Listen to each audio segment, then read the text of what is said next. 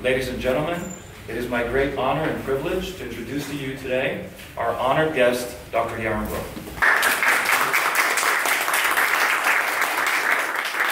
You're going to have to tell me afterwards if you said nice things about me or not. Good evening, everybody. Thank you. This is a wonderful setting for us to be talking today.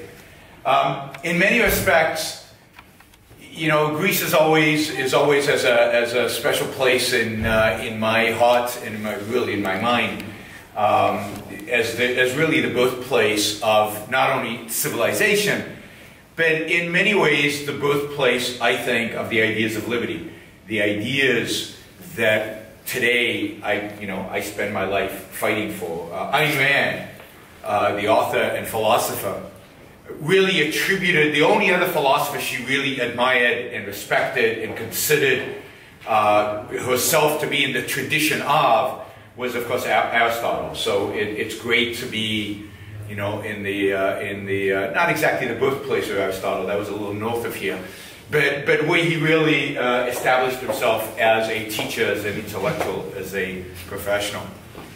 But it's also today, in many respects, Greece is at the forefront of the battle, of the war, if you will, for civilization. Because civilization is under attack. It's under attack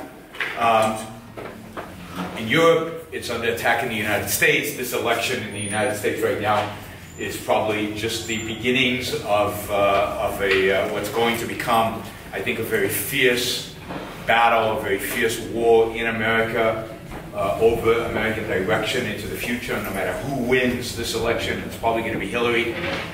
We're in for a very bad time and very difficult time and a real struggle and a real battle. For the first time in American history, one of the candidates for American president is already indicating that if he loses, it's going to be because the election was fixed, the election was rigged. Right? This is in America. Donald Trump is suggesting that if he loses, it's because Hillary Clinton has fixed the election. And he has millions of people who will act on that. So who knows what's going to happen in the streets of America when Hillary wins, because I'm pretty convinced at this point that she will. Of course, we know what's going on. You guys know more than I do what's going on in Europe and what's going on in Greece. All the lessons of the financial crisis, all the wrong lessons have been learned. All the wrong conclusions have been come to. What we're doing today throughout Europe and throughout the world really is setting ourselves up for the next crisis, for the next economic real collapse, and really for the rise, I think, and again you're seeing the beginnings of this in the United States, for the rise of more authoritarian governments, whether it's from the right or from the left. You're seeing the middle empty, and you're seeing political parties on the right and the left rise up. Again, you Greeks are at the forefront of all of this. More than ever, the voices, the liberal voices, the free market voices, the voices for individual liberty are needed more than at any time, probably in Western history. We are at the precipice of losing what it means to be Western. We are potentially at the precipice of losing that individual freedom that even today in Greece and everywhere in Europe and in the United States, we to a large extent take for granted. It's just here. It's just, you know, and as bad as things are today, they could get a lot worse. So we need to fight. We need to engage. We have the only ideas that stand in contrast to the prevailing ideas on the left and on the right. And we need more than ever to be at the forefront of the debate, to argue, to engage, and to present our ideas to the public. And more than anybody else, I will tell you guys that we need to do it to young people. We need to find the students. We need to go into the universities. We need to engage with the next generation. Most people at your age, although I know there's some exceptions in the room, have already made up their mind. And it's very difficult to change them. But when you're 16, 17, 25, that's the time we need to engage with them. That's the time we need to get ideas to them. that's when we need to try to change the dynamics.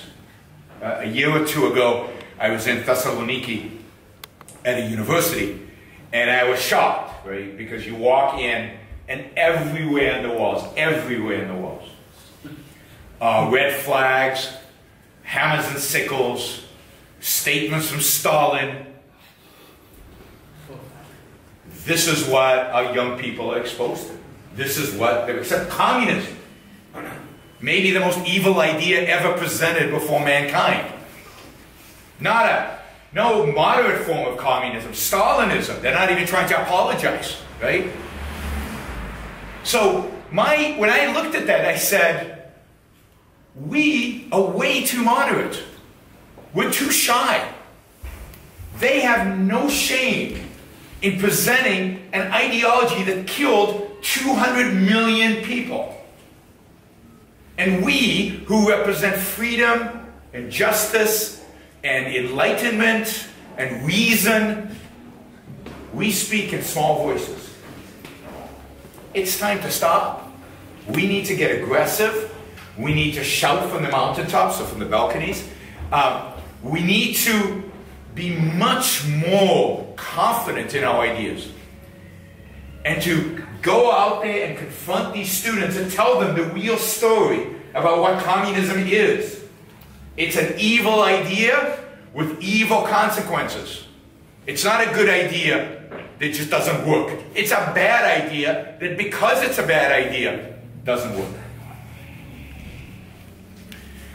So we need to be much more radical. And here I encourage you, if you haven't yet bought my book, then buy it and read it. Because the book is really a call, and it's the title of the book is Free Market Revolution. And the call is for a revolution. It's time to stop being timid. It's time to really declare what we stand for. We believe in free markets. And free markets, when we say that, we mean free markets. Not a little bit freer. Not compromised. But we need to be radical. The other side is radical with no shame. And they have no justification for their radicalism. Our positions, which have brought Western civilization the wealth that it has today, we should not be embarrassed or ashamed of our ideas. So what kind of revolution do we need? I mean, we need a free market revolution, but what the book argues, and what I think is crucial for us to understand, is it's not enough to talk about economics. It's not enough to show people that our economic system works and the other side doesn't. Because the fact is that anybody with half a brain and anybody with eyes should know that. Show me one country in human history that has been successful under socialism. There are none. Zero. Look at Venezuela today, the latest experiment in socialism. People are starving. There is no toilet paper. They literally have to cross the border into Colombia to buy toilet paper and bread and basic necessities. This is socialism. This is the consequence of socialism. And this is not an aberration. This is the pattern. This is what always happens whenever socialism is tried. And look at free markets.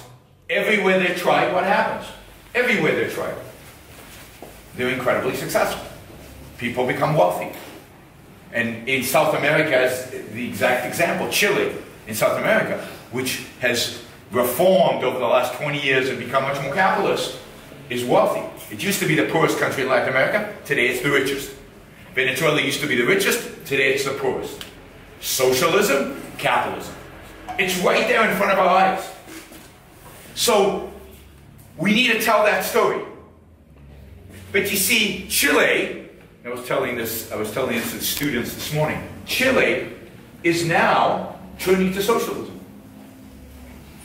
It's had this amazing success under capitalism, and it's turning to socialism. I heard a talk by Jose Pinheiro a few weeks ago at the Monpalarin Society.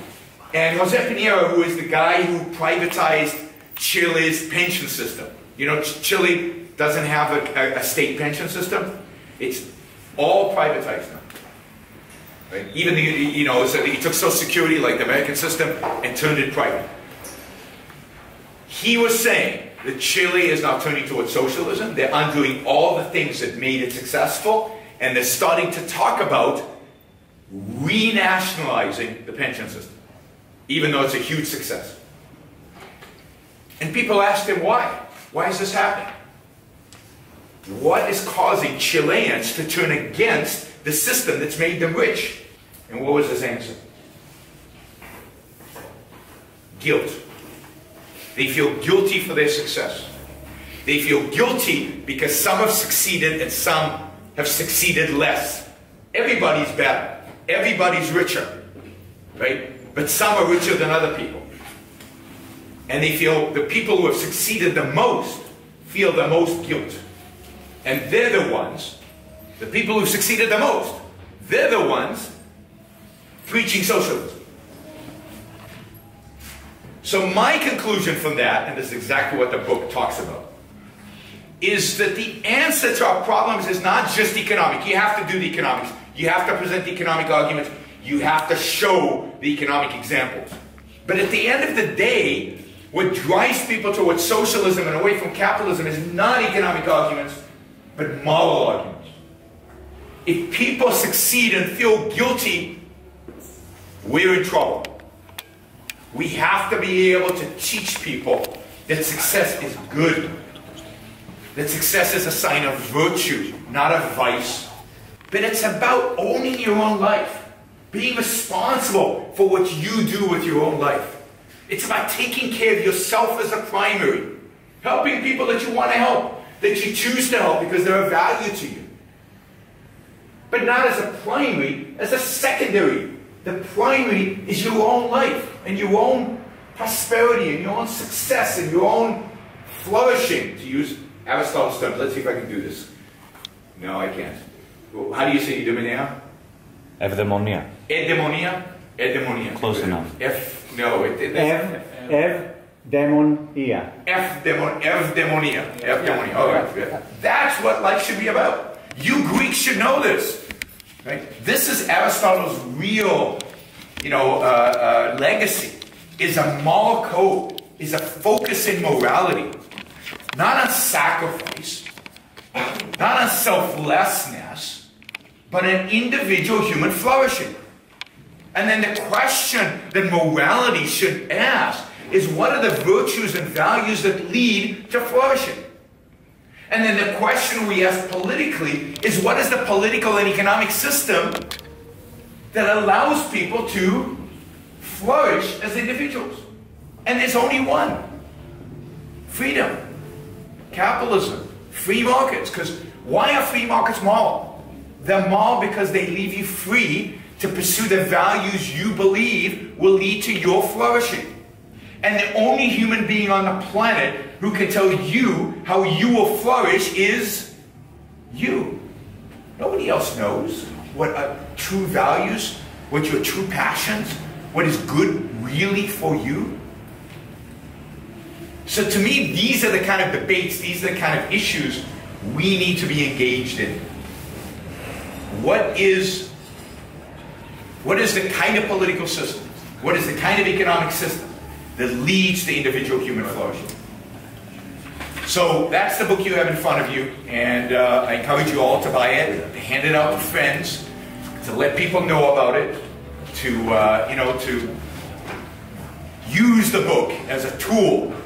You've got it in Greek, which is unusual. It's one of the few languages.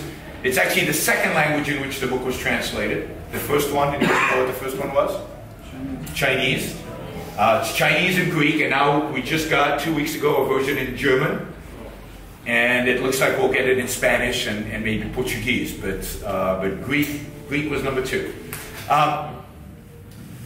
The second book that I just published with the same co-author with Don Watkins is about the whole inequality question, which again is the same kind of issue. Why do we care about the gap between people? Why do we care that some people have more than others? If the way you get more is by producing values, by trading those values, by helping other people be better off, by trading with them. If the way in which the wealthy get wealthy is through freedom, it's through trade, it's through production, it's through creation, then that should be celebrated. We should pat them on the back and thank them for creating the values that make our lives better. Steve Jobs, Bill Gates, Sam Walton, and I'm sure some entrepreneurs in Greece, right, have made everybody's life better off. That's how they became rich. They became rich by offering us values, and we buying their products, buying the services that they produce. What's really important is not equality of outcome. Equality of outcome is communism. Equality of outcome is evil. Because the only way to get us to become equal in outcome is do what? Is to take from some and give to others. It's to penalize success. It's to destroy the successful. I like to give a basketball analogy. It kind of works. It doesn't always perfectly work, right? But I'm upset about basketball. Basketball. I mean, if I used football, it would be better.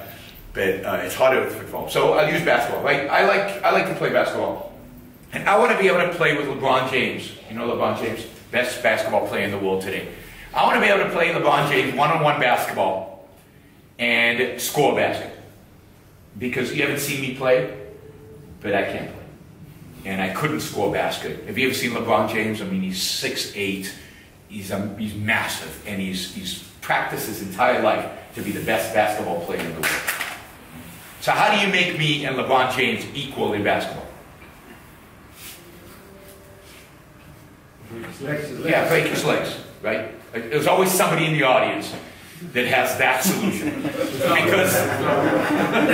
Because it's the only real solution to making us equal. There's no difference between breaking his legs and taxing people at 80% like you do here in Greece. It's the same thing, right? I'm not sure what I prefer. Paying 80% taxes or having my legs broken once a year, right? Both are violence against your person. Both are taking some of your life away from you. You know what money represents? What does money represent? It represents your time. It represents your effort. It represents your creativity, your productiveness. It represents your life. When they tax you 80%, they're taxing your life 80%. They're taking away 80% of your life. So the only way to bring about equality is by taking. It's by destroying. It's by creating negative incentives. So equality, the attempt to equalize, is a bad, evil thing. The only kind of equality that makes sense is political equality. We're all free. We all have rights. We all equally have liberty. That's the kind of equality we should fight for. Equality of outcome is the exact opposite of political equality. It's not politically equal to tax some people 80% and some people 0. That's treating people differently. So it's not equality before the law, it's the opposite of equality before the law. So the book kind of analyzes all that and takes on Thomas Piketty and all the garbage that the left has said about inequality over the last 10 years, and I think demolishes it. So I encourage you to get that, and hopefully we'll get it translated to Greek one day. But those are some of the big issues that are out there in the world intellectually. But again, even the equality debate is fundamentally a moral debate. It's fundamentally a philosophical debate. So what can we all do to change the world out there? Because it's difficult, right? We're a small group. The left dominates the universities. It dominates politics. It dominates the culture. To win, to be successful in to be successful in fighting the left, we have to do a few things. One, we have to know our stuff. We have to know what we stand for. We have to educate ourselves. So you've got a great institution here with a great library and lots of books. Take advantage of that. We've got to study these ideas so we, all of us, Because every one of us, if we care about the future, has to be a soldier in this battle for liberty and freedom. We can't leave it to a few people to do the work. Everybody has to be engaged because we're so outnumbered. Right? They outnumber us 1,000,000 to 1. Maybe I'm being too pessimistic. Maybe it's 100,000 to 1. But it's a lot of people, right? Which means every one of us needs to know their stuff. And then you have to have courage. You have to be willing to speak up. It's not enough just to cruise. It's not enough just to accept the status quo. The world will not change. The world around us will not get better unless we all speak up, unless we all engage in the battle, engage in the ideas. And then we all need to support the people who are doing this professionally. So I encourage you to support your local organizations and help them do the work that they need to do. Because they are your representatives. They're your voice. There's a division of labor in life. Most of us work for a living, make money, hopefully. You can still make money in Greece, right? And then you have professional speakers, you have professional intellectuals, you have professional writers who are doing this full time. And the only way they can afford to do that is if you guys help them out. So this is my fundraising pitch. You know, I don't mean this superficially. I really do mean this. I really believe this. That the future of Western civilization depends on it. It depends on what you do here in Greece. It depends what we do in America. It depends what the Europeans, Eastern Europeans, it depends on individuals in these different countries fighting for Western values, for what really Western civilization stands for. Because if we just drift, if we leave it alone, you can see what's happening. The world is moving in a negative direction and will continue to move in that direction unless we stand up and oppose it. There is nobody else to do it. There is no white knight who's going to ride in and save the day. It's not going to happen. Indeed, you know, people thought Donald Trump was a white knight, and what he is a you know, not quite a fascist, but he's certainly moving the United States in that direction. You know, proto-fascist. There are no white knights out there. If they are, they're going to be the nationalist, you know, xenophobic types. They're not going to be the free markets, individual liberty types. So it's up to us to fight the battle, give out books, talk to people, engage in the ideas, support the people who do it professionally, and let's go out there and win this. Thank you all.